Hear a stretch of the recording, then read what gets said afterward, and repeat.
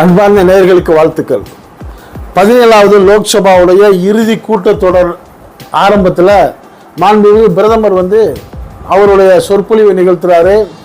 இந்த 17வது லோக்சபாவில் என்னென்ன நடந்துச்சுங்கிற பல நிகழ்வுகளை அவர் நினைவுபடுத்துகிறாரு. அதில் ஒரு சில விஷயங்களை குறிப்பாக நம்மளும் நினைவுபடுத்தி மக்களுக்கு தெரிவிக்கணும் அப்படிங்கிற நோக்கத்தில் பல அரசியல் நோக்கங்களும் சொல்லக்கூடிய கருத்துக்களை ஒன்று ரெண்டு இப்போ நம்ம உங்கள் முன்னாடி வைக்கிறதுக்கு விரும்புகிறோம். இது பற்றிய உங்களுடைய கருத்துக்களையும் இந்த வீடியோவை முழுசாக கேட்டுட்டு நீங்கள் கடைசியில் இந்த கமெண்ட் பாக்ஸில் கமெண்ட்ஸ் பண்ணுங்கள். இந்த 17வது லோக்சபா அந்த இறுதி கூட்டத்தொடரில் பிரதமர் பேசுகிறதுல ஒரு குறிப்பான விஷயம் என்னென்னா, இந்த 17வது லோக்சபாவில் கொடிய கோவிட் அந்த கொரோனாவுடைய பேரிடர் பெருந்தொற்று வந்துச்சு. அந்த காலகட்டத்தில் இந்த நாடாளுமன்ற உறுப்பினர்கள் என்ன பண்ணாங்க, தங்களுடைய சம்பளத்தை 30% அந்த பேரிடர் நிதியாக கொடுக்குறோம்னு சொல்லி எல்லாருமே விட்டு கொடுத்தாங்க. இது ஒரு பெரிய ஒரு முக்கியமான நிகழ்வு. அதே போல் உறுப்பினர்களுக்கு மானிய விலையில் வழங்குகிற அந்த சிற்றுண்டி இருக்குது பார்த்தீங்களா, அந்த சிற்றுண்டி வசதிகளை அந்த நாடாளுமன்ற அவைத்தலைவர் கேன்சல் பண்ணார். அதையும் அவங்க ஏற்றுக்கிட்டாங்க. சரிதான், நம்ம நாட்டுக்கு செலவை குறைக்கணும்னு சொல்லி. அது மட்டும் இல்லாமல் இந்த 17வது லோக்சபாவில் தான் புதிய நாடாளுமன்ற கட்டடம் திறக்கப்பட்டது உங்களுக்கு தெரியும். அப்போ என்ன ஒரு பெரிய சர்ச்சை வந்துச்சு. ஏற்கனவே பழைய கட்டடம் நல்லா தானே இருக்குது, ஏன் இதை புதுசாக கட்டினீங்கிற ஒரு சர்ச்சை வந்ததுன்னு தெரியும். அது மட்டும் இல்லாமல் அந்த கட்டட திறப்பு விழாவுக்கு இந்திய நாட்டினுடைய முதல் குடிமகன் முதல் நபருங்கிற குடியரசுத் தலைவியை கூப்பிடாம இவங்க பிரதமர் அதை திறந்து வைத்ததும் அதை விமர்சனமானதும் உங்களுக்கு தெரியும். அந்த புதிய நாடாளுமன்றத்தில் போய் செங்கோல்ங்கிற ஒன்றை போய் நிறுவனாங்க. இது ஒரு வித்தியாசமான புதிய கலாச்சாரமாக இருக்குன்னு பரவலாக பேசப்பட்டது தெரியும். இப்படி இருக்கிறப்ப இந்த 17வது லோக்சபாவில் பல வித்தியாசமான தீர்மானங்கள் நிறைவேற்றப்பட்டதும் சட்டங்கள் நிறைவேற்றப்பட்டதும் மக்களிடத்தில் பெரிய சஞ்சலத்தையும் மனக்கசப்பையும் வருத்தத்தையும் ஏற்படுத்திருக்க ஒரு சில சம்பவங்களை இப்போ பலரும் குறிப்பிட்டு பேசுகிறாங்க. அதில் குறிப்பு 370வது பிரிவை ரத்து செஞ்ச விஷயம்.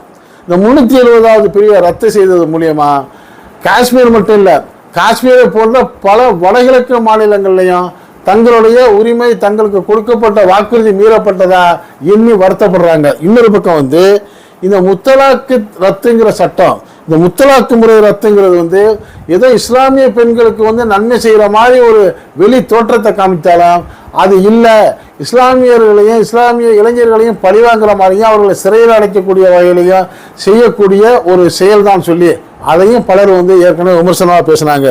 அது மட்டும் இல்லாமல் இப்போ இந்த ராமர் கோயில் அந்த பாஜகவுடைய திட்டத்தில் குறிப்பாக என்ன, இந்து ராஷ்டிராவாக கொண்டு வரணும், 370வது சட்டத்தை இப்போ ரத்து செய்யணும், அதே மாதிரி முத்தலாக்கு முறையை கொண்டு வரணும், பொது சிவில் சட்டம் கொண்டு வரணும், சிஏஏ என்ஆர்சிஏ அமெண்ட்மெண்ட் படுத்தணும், இப்படி பல திட்டங்கள்.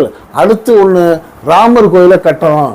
ராமர் கோயிலை கட்டிட்டு ஒரு பெரிய சாதனை செய்ததா சொல்லி 2024 தான் வாக்கு வாங்கணும்னு சொல்லி அவங்க போட்ட திட்டத்தில் அந்த ராமர் கோயிலை பற்றி ஒரு தீர்மானம் கொண்டு வர்றப்ப ராமர் கோயில் பிராண பிரதிஷ்டை தொடர்பாக நிறைவேற்றப்பட்ட தீர்மானம் குறித்து பிரதமர் பேசுகிறப்ப நாட்டின் எதிர்கால சந்ததியின் பாரம்பரிய பெருமை கொள்வதற்கான அதிகாரத்தை இதை வழங்குன்னு சொல்லி பேசியிருக்கிறாரு. இந்த தீர்மானத்தில் சிறந்த உணர்ச்சி மிகுந்த உணர்வு மிகுந்த லட்சிய தீர்மானம் இது அனைவருக்கும் இதில் ஒன்றா இணைவோம் அப்படின்னு சொல்லி அந்த ராமர் கோயிலை பற்றி ஒரு பிரமாதமான ஒரு தீர்மானத்தை இப்போ இந்த 17வது லோக்சபாவில் கொண்டு வந்திருக்காங்க. ஆக இப்போ எல்லாத்தையும் ஒரு தொகுத்து பார்க்குறப்ப அரசியல் நோக்கர்கள் சொல்லக்கூடிய செய்தி என்னவா இருக்குன்னா, இந்த பாஜக அரசு இஸ்லாமிய சிறுபான்மையினருக்கும் கிறிஸ்தவர்களுக்கும் இன்னும் சில எஸ்சி எஸ்டி மக்களுக்குமான பலருக்குமான சலுகைகளை ரத்து செய்வதோடு மட்டும் இல்லாமல் அவர்களுக்கு சிரமம் தரக்கூடிய வகையில் பல சட்டங்களை இவங்க நடைமுறைப்படுத்தி கொண்டு வந்துட்டாங்க. அடுத்த 2024 இவங்க ஆட்சிக்கு வந்தால் இன்னும் பலவிதமான இன்னும் கடுபடியான சட்டங்களை கொண்டு இந்த சிறுபான்மை மக்களுக்கும், இஸ்லாமிய மக்கள், கிறிஸ்தவ மக்கள், எஸ்சி எஸ்டி பழங்குடியினர் மலைவாழ் மக்களுக்கெல்லாம் மிக கஷ்டமான ஒரு சூழ்நிலை ஏற்படும். அப்படி ஒரு நிலைமை அடுத்த 18வது லோக்சபாவுக்குள்ள வரக்கூடாது. ஒரு நல்ல எதிர்கால இந்தியா உருவாகணும் அப்படிங்கிற எண்ணத்தை வந்து பல நாடாளுமன்ற உறுப்பினர்களுக்கு மட்டும் இல்லாமல் அரசியல்வாதிகளுக்கும் இந்தியாவில் உள்ள மக்களுக்கும் அந்த புதிய புத்துணர்ச்சியான உணர்வு வந்துருச்சுங்கிற செய்தி இன்னைக்கு பரவலாக பேசப்படுது. அப்படி ஒரு எதிர்பார்ப்பு இருக்கக்கூடிய சூழ்நிலையில் சமீபத்தில் வெளியான இந்த இந்தியா டுடே கருத்து கணிப்பில் 303 இடங்களில் வந்து பாஜக வெற்றி பெற்று மீண்டும் வந்து மோடியே பிரதமராக வருவார் அப்படிங்கிற ஒரு கருத்து கணிப்பை சொல்லிட்டு, தமிழ்நாட்டில் வந்து 39 இடங்கள்லையும் திமுக கூட்டணியே வெற்றி பெறுங்கிற ஒரு கருத்து கணிப்பையும் அது இந்தியா டுடே சொல்லியிருக்கு. ஆனால் பல அரசியல் நோக்கர்கள் என்ன சொல்றாங்கன்னா, தமிழ்நாட்டில் 39 திமுக கூட்டணி எம்பிக்கள் வெற்றி பெறுவாங்கிறது சரியான ஒரு கருத்து கணிப்பு. அதை இந்தியா டுடே சொல்லிட்டு இந்த 303 ஒரு தவறானது. காரணம் வந்து இந்த 303 இடத்துல அவங்க சொல்லக்கூடிய கருத்து மேற்கு வங்காளத்தில் மம்தா பானர்ஜி வந்து அந்த காங்கிரஸோடைய கூட்டணி முறிஞ்சதா சொல்றாங்க.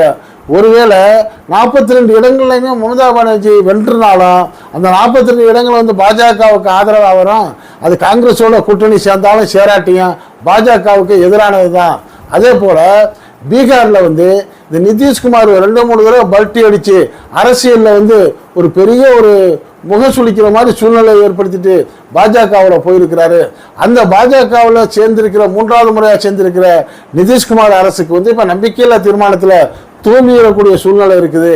அதனால அவரை நம்பியிருந்த பெரும்பாலானவர்கள் வந்து வரக்கூடிய 2024 அந்த பாஜக பக்கம் சேராம காங்கிரஸ் பக்கம் வந்துருவாங்க. ஸோ அந்த பீகார்லையும் காங்கிரஸ் வலுப்பெறும். அதே போல பல மாநிலங்களில் காங்கிரஸுடைய அந்த வெற்றி எண்ணிக்கை கூடும். அது மட்டும் இல்லாமல் தென் மாநிலங்கள் அதாவது தமிழ்நாடு, ஆந்திரா, கர்நாடகா, கேரளா, தெலுங்கானா, ஆந்திரா போன்ற இந்த மாநிலங்களில் வந்து அந்த இந்தியாவுடைய கருத்து கணிப்புப்படியே கிட்டத்தட்ட 75-80 சீட்டு வரும்னு சொல்லியிருக்காங்க. இந்த வட மாநிலங்களில் வந்து மேலும் ஒரு 100-125 இடங்களை வந்து காங்கிரஸ் வந்து கைப்பற்றக்கூடிய சூழ்நிலை இருக்கு. இது ரெண்டும் சேர்ந்தா 200. அந்த மம்தா பானர்ஜி, ஆம் ஆத்மி போன்றவர்கள் தனித்து போட்டி எடுக்கிற சூழ்நிலை. அவர்களும் சுமாராக ஒரு 50 இடங்கள்ல காங்கிரஸுக்கு சப்போர்ட் பண்ணாங்கன்னா 250 இடங்களுக்கு மேலே அது வந்து கண்டிப்பாக அந்த கூட்டணி வந்து வெற்றி பெறும். அதில் வந்து டஃப் கொடுத்து காங்கிரஸா அல்லது பிஜேபியா யார் ஆட்சி அமைக்கிறதுங்கிற சூழ்நிலை வரவும் வாய்ப்பு இருக்கு. அல்லது 20-30 இடங்கள் அதிகமாக பெற்று காங்கிரஸ் ஆட்சி அமைக்கக்கூடிய ஒரு சூழ்நிலையை வரக்கூடிய ஒரு நிலை இருக்கு. இதையெல்லாம் மறைமுகமாக அப்படி ஒழித்து மறைத்து இந்தியா டுடே தன்னுடைய கருத்து கணிப்பை வெளியிட்டிருக்குன்னு சொல்லி அதை வந்து சில விமர்சனமாக பேசுகிறாங்க. ஆக இந்தியா டுடே சொன்ன கருத்து கணிப்பு படியே ஓட்டர்ஸும் சொல்லியிருக்கிறாங்க. ஆக அவர்கள் என்ன சொன்னாலும் தமிழ்நாட்டை பொறுத்த வரைக்கும் 39 இடங்களில் திமுகவுடைய கூட்டணியும் 100% வெற்றி பெறுங்கிறது அதுதான் உண்மையான கருத்து கணிப்பா இருக்கு. அது இந்த ஊடகங்கள் மட்டும் இல்லாமல் எல்லாராலும் பரவலாக பேசப்படுது. அதிலிருந்து தமிழ்நாட்டில் வந்து முழுமையா பாஜகவுடைய ஒரு எதிர்ப்பால வந்து வலுவா இருக்குதுங்கிற ஒரு செய்தியும் தகவலும் தான் வந்திருக்கு. இது பற்றிய உங்களுடைய கருத்துக்களை இந்த கமெண்ட் செக்ஷன்ல கமெண்ட் பண்ணுங்க. இந்த செய்தி பிடிச்சிருந்தா இதுக்கு ஒரு லைக் கொடுங்க. இந்த செய்தி உங்க நண்பர்களுக்கும் உறவுகளுக்கும் ஷேர் பண்ணுங்க. இது போன்ற அரசியல் செய்திகள் எந்த பக்கமும் சார்பு இல்லாமல் நடுநிலையா உள்ளபடி உங்களுக்கு உடனுக்குடன் வந்து சேர இதுவரை நம்ம சேனலுக்கு சப்ஸ்கிரைப் பண்ணாதவங்க சப்ஸ்கிரைப் பண்ணுங்க.